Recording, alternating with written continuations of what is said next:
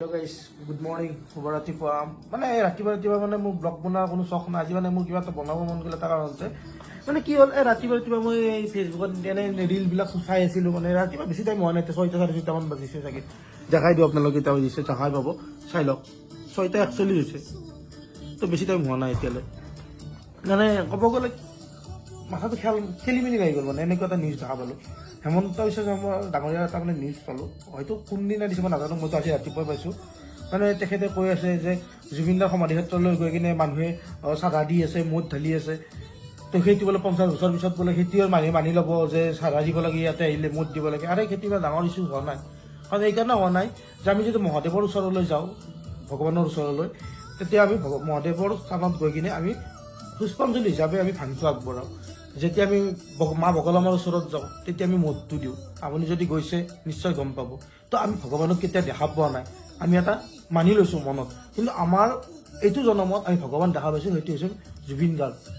তো জুবিন দাক আমি ভগৱান হিচাপে মানি লৈছোঁ। আৰু তেখেতক পুষ্পাঞ্জলি হিচাপে চাধা আৰু মদটো মানুহে দি আছে। এইটো কাৰণে দিছে যে তেখেতে সেইটো বস্তুৰ লগত বহুত জড়িত আছিলে। তো তেখেতসকলে মানুহসকলে এনেকৈ ভাবিছে যে এইটোৱে জুবিন দাৰ কাৰণে মৰমৰ বস্তু চিন হিচাপে এইটোৱে দিছে, যে তেখেতে এইটো বস্তু ভাল পাইছিল যিহেতু এইটো দিছে। আপুনি এইবিলাক সৰু সৰু কথাত লাগি থাকি কিনে মেইন কথাটোৰ পৰা ভাঙোন নাখাব। মানে মেইন কথাটোত লাগকচোন। যোনটোত মেইন কথাত ৰাইজে ইমান দিনে এতিয়া আপোনাক লাগি আছে, ৰাইজে আপোনাৰ এটা শব্দৰ কাৰণে, সেইটো কথাৰ কাৰণে কিমান দিনৰ পৰা ৰৈ আছে। আপুনি সেইটো কথাৰ পৰা কাট খাই কিনে বেলেগ কথা এটাত লৈ গুচি যায়। এইবিলাক কিয় কৰি আছে মানে মই বুজি পোৱা নাই। কোনোবাই মদ দিয়ে, কোনোবাই চাধা দিয়ে, সেইটো দিছে ভাল পাই কাৰণে দিছে। আৰু আপুনি কৈছে যে কি কয় এইটো ভূপেন হাজৰিকা ডাঙৰীয়াক দিয়া নাই, জ্যোতিপ্ৰসাদ আগৰৱালাদেৱক এনেকুৱাকৈ কোনো দিয়া নাই, ফুল দিয়ে, কিবা দিয়ে। আৰু তেখেতসকলক চাগে মানুহে ভগৱান হিচাপে মানি লোৱা নাই। কিন্তু আমি জুবিন দাক ভগৱান হিচাপে মানি লৈছোঁ আৰু সেইকাৰণে দিছোঁ। সেইবিলাক কথাত আপুনি লাগি থাকিব নালাগে। আপুনি যোনটো মেইন কথা সেইটোত লাগক। জুবিন দাই ন্যায় কেনেকৈ পায় সেইটো মন্তব্যহে আপুনি দিব লাগিছিল।